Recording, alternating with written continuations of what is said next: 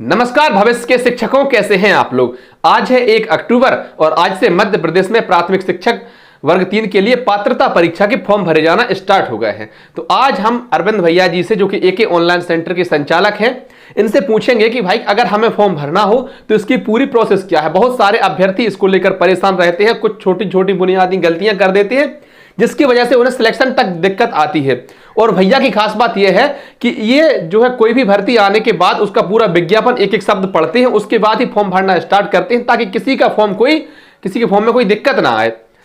तो बहुत सारे सवाल हैं जिनके सभी सवालों के जवाब आपको देंगे। आपके मन में भी आता होगा कि यार एज कितनी होनी चाहिए, क्या इसकी पूरी फॉर्म की प्रोसेस है, कैसी फोटो लगानी है। कुल जमा बात यह है कि इस फॉर्म भरने में आपको किसी तरह की कोई समस्या नहीं आनी चाहिए।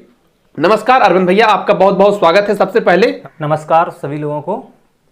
अरविंद भैया, सबसे पहले आप हमें यह बता दीजिए कि अगर किसी को मध्य प्रदेश में शिक्षक वर्ग 3 की पात्रता परीक्षा के लिए आवेदन फॉर्म भरना है तो उसके लिए क्या योग्यता मांगी गई है। भाई कौन ये फॉर्म भर सकता है। मध्य प्रदेश में शिक्षक पात्रता परीक्षा 2024 का जो फॉर्म भरना आज से स्टार्ट हो गया है, उसको फॉर्म भरने के लिए आवेदक के पास 12th यानी कि हायर सेकेंडरी परीक्षा उत्तीर्ण और उसके साथ में 2 वर्षीय डिप्लोमा, जिसे हम डीएड या डीएलएड के नाम से जानते हैं, वो होना चाहिए। अच्छा भैया, अगर कोई अभ्यर्थी डीएलएड में अभी पढ़ रहा है, मतलब उसकी कंप्लीट नहीं हुई है, तो क्या वो भी फॉर्म भर सकता है। ऐसे अभ्यर्थी जिन्होंने डीएलएड का प्रथम वर्ष उत्तीर्ण कर लिया है और दूसरे वर्ष में वो अभी अध्ययन कर रहे हैं, ऐसे अभ्यर्थी फॉर्म भरने के लिए पूरी तरह से पात्र हैं।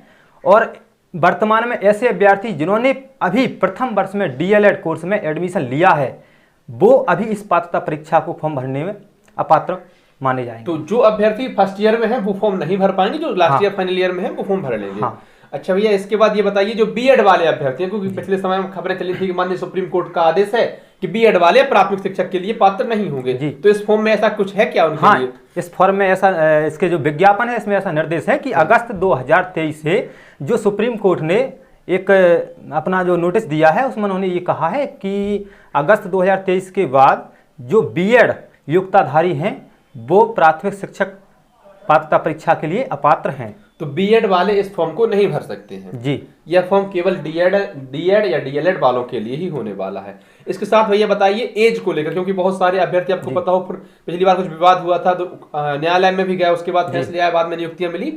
एज को लेकर इसमें क्या प्रावधान रखे गए हैं। शिक्षक पात्रता परीक्षा का जो फॉर्म है उसमें आयु सीमा की जो बात करें तो आयु सीमा अभी तो इसमें ऐसा निर्धारित नहीं है, लेकिन पात्रता परीक्षा होने के बाद जब गवर्नमेंट चयन परीक्षा कराएगी तो चयन परीक्षा के विज्ञापन वर्ष की जो 1 जनवरी को आयु 21 वर्ष होना चाहिए न्यूनतम, और अधिकतम 40 वर्ष सभी के लिए। अच्छा, तो अभी इसका कुछ नहीं है, लेकिन जिस साल चयन परीक्षा होगी, जैसे मान लो अगले साल चयन परीक्षा हो 2025 में, तो 1 जनवरी 2025 को हर अभ्यर्थी की आयु 21 साल मिनिमम होनी चाहिए, है ना। हाँ, ये उसमें कहा जा रहा है, अभ्यर्थी इस बात को ध्यान रखें।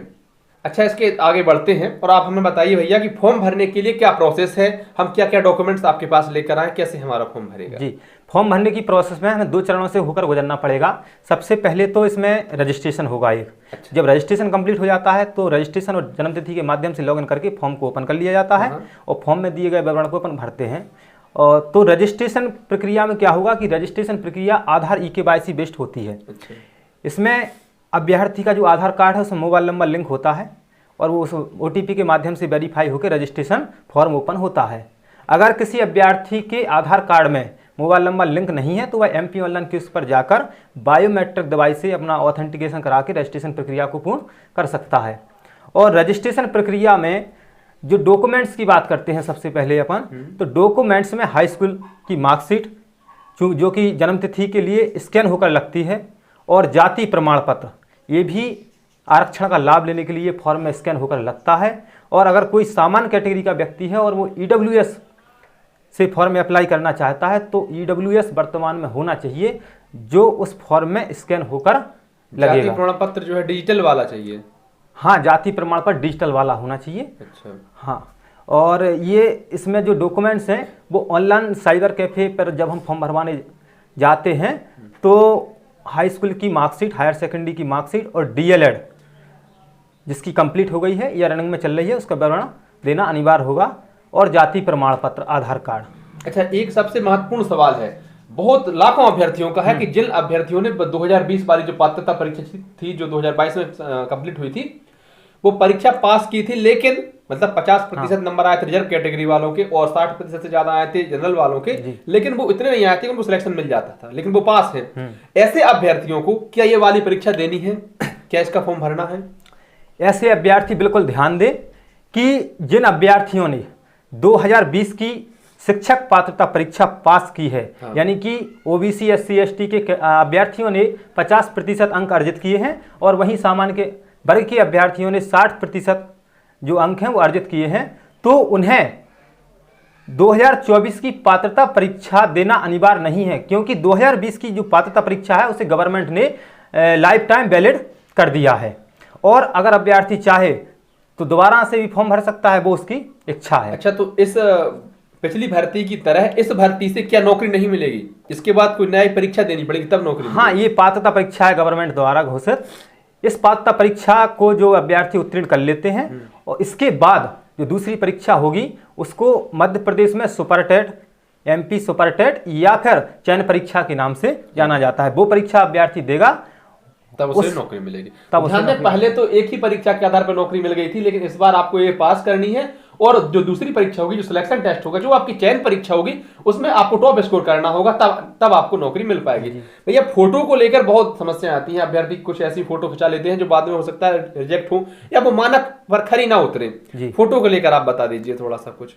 शिक्षक पात्रता परीक्षा में फोटो को लेकर छात्र ज्यादा कन्फ्यूजन में होते हैं, तो उन्हें इस परीक्षा में जो फोटो लगाना है, चूंकि किसी छात्र का रजिस्ट्रेशन पुराना है और कुछ छात्र नया रजिस्ट्रेशन करा रहे हैं, तो उन्हें जो फोटो है वो न्यू फोटो खिंचवाना है और फोटो का जो पीछे का बैकग्राउंड होता है उससे सफ़ेद होना चाहिए, वाइट होना चाहिए और फोटो पर उनका नाम का स्पष्ट उल्लेख होना चाहिए और फोटो खिंचवाने की तारीख का उल्लेख होना चाहिए। फोटो खिंचवाने की तारीख और नाम लिखा होना चाहिए और फोटो का जो साइज है वो 4x5 सेंटीमीटर में होना चाहिए। ये पात्रता परीक्षा की शर्तों के आधार पर फोटो। अच्छा, फोटो खिंचवाने से पहले ध्यान, जैसे मैंने भी व्हाइट टी-शर्ट पहनी है, मैं एक बार फोटो खिंचवाने गया ऐसी व्हाइट शर्ट में, व्हाइट बैकग्राउंड, वो कुछ समझ में ही ना आए, तो भैया ने रिजेक्ट कर दी थी, कहा दूसरी खिंचवा के लाओ तभी फॉर्म भरेंगे। तो आप जब भी फोटो खिंचवाने आए, कलरफुल कोई शर्ट या टी-शर्ट पहन कर जाएं। अगर आप इस प्रकार के चश्मे लगाते हैं जो आंखों के हैं तो आप लगा सकते हैं, बाकी एक्शन के चश्मे नहीं लगा सकते। टोपी, गमछे, ये चीजें का उपयोग नहीं कर सकते हैं।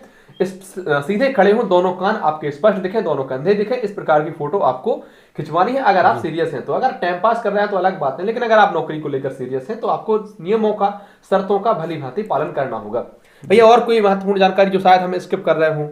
हाँ, ये जब रजिस्ट्रेशन प्रक्रिया पूरी हो जाती है तो रजिस्ट्रेशन और डेट ऑफ बर्थ के माध्यम से पात्रता परीक्षा का फॉर्म जो है हम लॉगिन करते हैं और जो फॉर्म में जो ऑप्शन दिए गए हैं उनको कंप्लीट करते हैं और उसी में कुछ अन्य ऑप्शन होते हैं जिन्हें हम भरते हैं और उसके बाद उसमें फॉर्म में योग्यता का विवरण भरते हैं।